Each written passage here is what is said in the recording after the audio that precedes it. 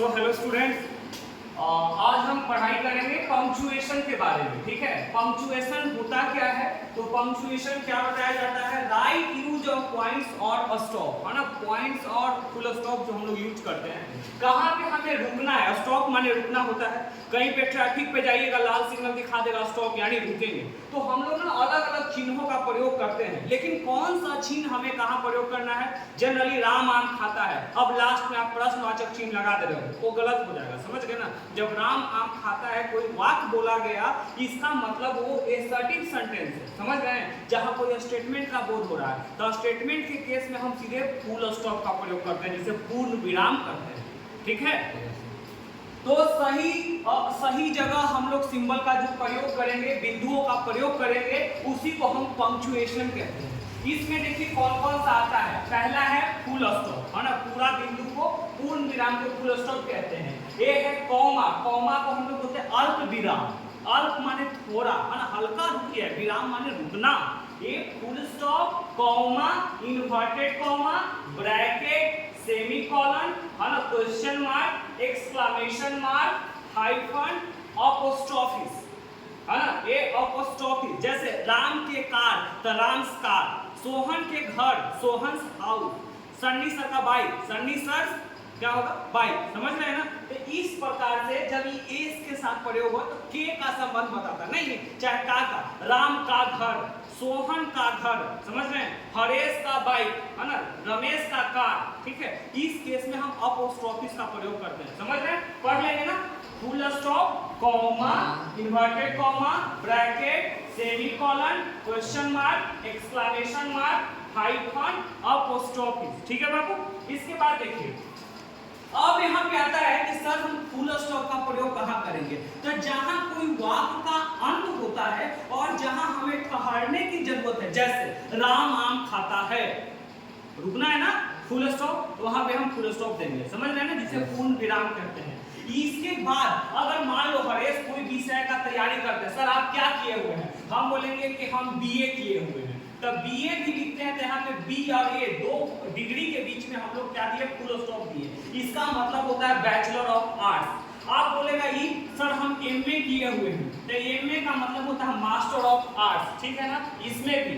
अच्छा, और देखोगे कहीं कहीं नाम का जो इनिशियल अक्षर होता है, मान लो हम आगे जा करके, है ना, मतलब कि हमें गोस्वामी का टाइटल मिल जाता है। ठीक है ना, तो हम पूरा लिखेंगे सन्नी कुमार गोस्वामी, तो उसको पूरा न लिख कर वहां पर भी हम एस कुमार पंडित लिख सकते हैं, या एस कुमार गोस्वामी, एस कुमार गोस्वामी। समझ रहे हैं? तो जो इनिशियल है ना, जो नाम का शुरुआती होता है, वहां पर भी हम लोग एक लेटर लिखने के बाद फुल स्टॉप का प्रयोग करते हैं। ठीक है, तो देखो हमने यहाँ पे लिखा है लंबे ठहराव के लिए हम इसका प्रयोग करेंगे।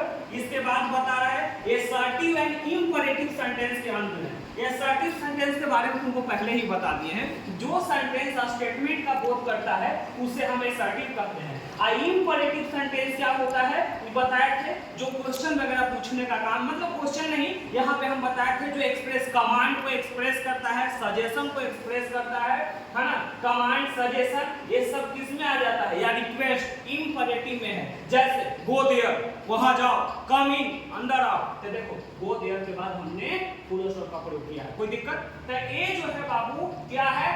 फुल स्टॉप का प्रयोग। कोई दिक्कत? इसके बाद आ रही है कॉमा के बारे में हम बात कर रहे हैं। कॉमा, कॉमा क्या है? इसको बताएं हिंदी में अल्प विराम कहते हैं। जैसे मान लो तुमको चौधरी सर हिंदी पढ़ा रहे हैं, उदाहरण दिए राम राम कॉमा मोहन कोमा सोहन, तो देखो राम मोहन और सोहन तीनों को अलग अलग करने के लिए हमने यूज किया कि नहीं किया? ठीक है, तो यही है टू सेपरेट टू और मोर वर्ड, दो या दो से अधिक शब्दों को अलग अलग करने के लिए हम किसका प्रयोग करते हैं? कॉमा का प्रयोग करते हैं। किसका प्रयोग करते हैं? कॉमा का प्रयोग करते हैं। कोई दिक्कत? जैसे देखो, है ना, पूरा ध्यान दो इधर, I bought book comma pen and pencil, तो अलग किया कि नहीं?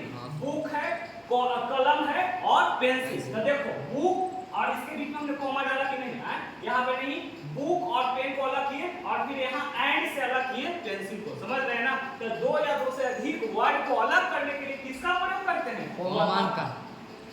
इसके बाद आ रही है, ये है इन्वर्टेड कॉमा, है ना। अब ये इन्वर्टेड कॉमा दो तरह के रहेगा। जैसे देखो, एक इन्वर्टेड कॉमा जब सिंगल रहता है तो इसे हम सिंगल इन्वर्टेड कॉमा कहते हैं। समझ रहे हो? लेकिन जब इसमें इन्वर्टेड कॉमा रहेगा। जैसे सुभाष चंद्र बोस का नारा, तुम मुझे खून दो मैं तुम्हें आजादी दूंगा, समझ रहे हो, तुम मुझे खून दो मैं तुम्हें आजादी दूंगा।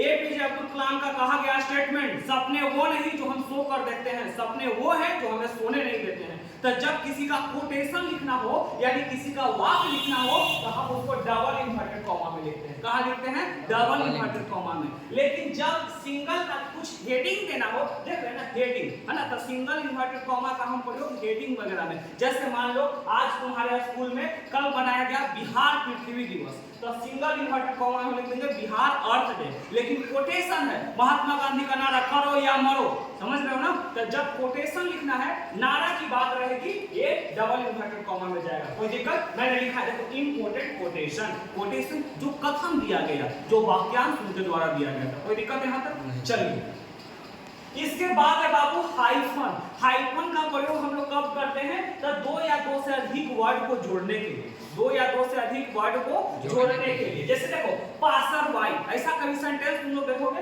पासर बाई साथ में लिखा हुआ है, तो इन दोनों को जोड़ने का जो काम किया। इसके देखो मैन ऑफ वार, देख रहे हैं, तो ये सब दो या दो से अधिक शब्द को जोड़ने, देखो अलग करने के लिए कॉमा और जोड़ने के लिए हाइफन। कोई दिक्कत? चलिए इसके बाद है एक्सक्लेमेशन। तो एक्सक्लेमेशन एक्सक्लेमेटरी सेंटेंस आपको पढ़ाए थे, इसका होता है विस्मयादि बोधक चिन्ह। क्या होता है? विस्मयादि बोधक चिन्ह, यानी जिसमें आप अपना इमोशन को दर्शा रहे हो। जैसे हुर्रे आज घर जाना है क्योंकि आज शनिवार है, समझ रहे हो ना। अब एक्साइटमेंट आया कि नहीं, है ना। अब जैसे चोट, ओह आई गॉट हर्ट, है ना, जब चोट लगता है तो देखो चोट लगने के केस में, चोट लगने के केस में जैसे आई हर्ट मतलब चोट लगा। अब देखो यहाँ हुर्रे एक्सक्लेमेशन मार्क दिए कि नहीं, वी हैव अ हॉलिडे, कल छुट्टी है क्योंकि रविवार है, समझ रहे हो ना। इसी तरह तो यहाँ पे हुर्रे ये हमारा इमोशन को दर्शाया। Nonsense, I don't believe it, but ऐसा नहीं हो सकता है, एकदम चेहरा का एक्सप्रेशन उतर गया। क्या बोले सनी सर का अंदर अजगर आ गया, हम बोला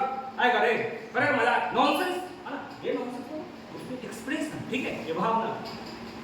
अपोस्ट्रोफिस विद एस के साथ, विद का मतलब होता है के साथ, एस के साथ प्रयोग किया जाता है टू डिनोट, याद रखने के लिए पोजेशन। पोजेशन माने अधिकार, माने उस जैसे राम का घर, तो अधिकार किसका? रामे का ना रहेगा। सन्नी सर का कार, अधिकार किसका? सन्नी सर का, ठीक है। तो ये एक ही है, देखो मोहन हाउस, मोहन के घर, है ना, सन्नी सर, सन्नी बाइक, सन्नी के बाइक, समझ रहे हैं। तो ये क्या है बाबू, ये बताया गया तुमको अपोस्ट्रोफिस के बारे में, ठीक है। इसका अब आता है एक और बात समझिएगा। अब यहाँ पे एक सर ब्रैकेट, तो देखो इसमें तीन तरह के ब्रैकेट होते हैं, एक स्मॉल छोटी ब्रैकेट इसको कहते हैं, स्क्वायर ब्रैकेट आता है, एक कर्ली ब्रैकेट मंथली जिसको कहते हैं। तो उसका अलग अलग जैसे मैथ में देखे होंगे पढ़े हो, है ना, ब्रैकेट का क्रिया है सारा चीज के बारे में। बाकी क्वेश्चन मार्क, तो क्वेश्चन मार्क का याद रखना, है ना, क्वेश्चन मार्क हमेशा कहाँ यूज होगा? To ask question. Question mark का कहाँ प्रयोग करेंगे? आस्क क्वेश्चन, है ना, प्रश्न पूछने का जो काम करेगा उसमें हम लोग क्वेश्चन मार्क का प्रयोग करेंगे। कोई दिक्कत? ठीक है।